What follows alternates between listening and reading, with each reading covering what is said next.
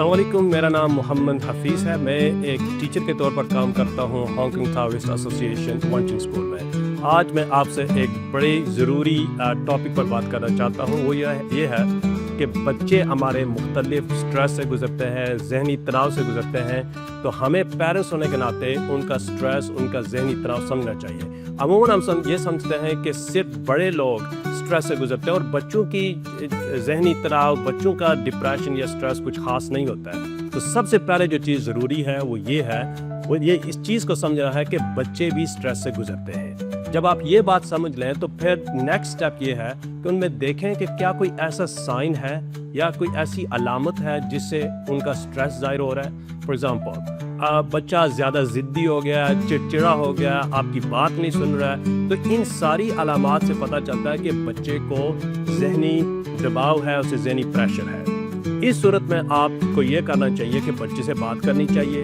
उसे समझना चाहिए और साथ आपको कोशिश करनी चाहिए कि स्कूल में जाकर उसके क्लास टीचर से भी बात करें, क्योंकि स्कूल में बच्चा जो टाइम गुजारता है वो मज़ीद इंफॉर्मेशन आपको दे सकता है कि बच्चे की जहनी कैफियत कैसी है।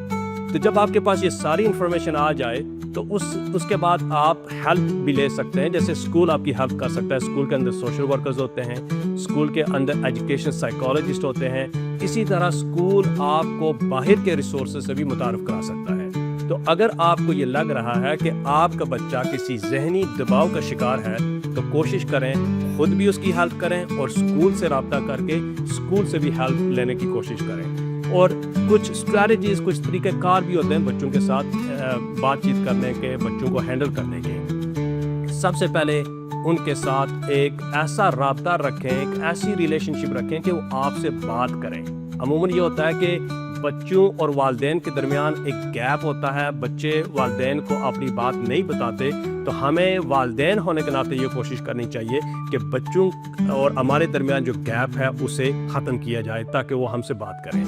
दूसरे नंबर पर हमें बड़े सब्र के साथ बच्चों के साथ डील करना पड़ता है। कुछ ऐसे टाइम होते हैं कि बच्चे हमारे सब्र का इम्तहान लेते हैं, तो हमें कोशिश करनी चाहिए कि अगर वो हमारे सब्र का इम्तहान ले रहे हैं तो उनके साथ हम नरमी से पेश आए, सब्र के साथ, पेशेंस के साथ पेश आए। एक और चीज़ ये होती है कि वालिदैन की तरफ से अमूमन बच्चों पर बाज़ का प्रेशर भी आ जाता है कि आपने स्कूल में अच्छा परफॉर्म करना है, अच्छे नंबर लेकर आने हैं, जिसकी वजह से ये होता है कि बच्चों पर काफ़ी प्रेशर आ जाता है। हाँ, बच्चों को आप ये तलकीन कर सकते हैं कि कोशिश करो, लेकिन कोशिश बच्चों के हाथ में है और नतीजा अल्लाह के हाथ में है। तो ये दो चीज़ें आपको समझना बहुत ज़रूरी है कि इंसान सिर्फ कोशिश कर सकता है, लेकिन जो नतीजा और रिज़ल्ट है वो इंसान के हाथ में नहीं होता है। यही चीज़ अगर आप बच्चों को एक्सप्लेन कर दें, लेट्स से कि बच्चा मेहनत कर रहा है, पूरी कोशिश कर रहा है, लेकिन उसके बावजूद 90+ मार्क्स नहीं लेकर आ रहा, तो आप उसकी एफर्ट्स को, उसकी कोशिश को अप्रिशिएट करें,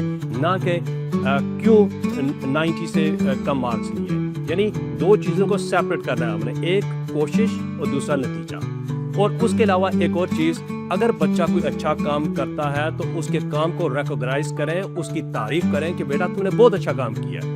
अगर ये चंद तदबीर आप अपनी ज़िंदगी में अगर हम अपना लें, बच्चों के साथ एक अच्छा कम्युनिकेशन रखें, तो उम्मीद है कि बच्चे जिस स्ट्रेस से गुजर रहे हैं, डिप्रेशन से गुजर रहे हैं, वो ज़रूर कम होगा। शुक्रिया।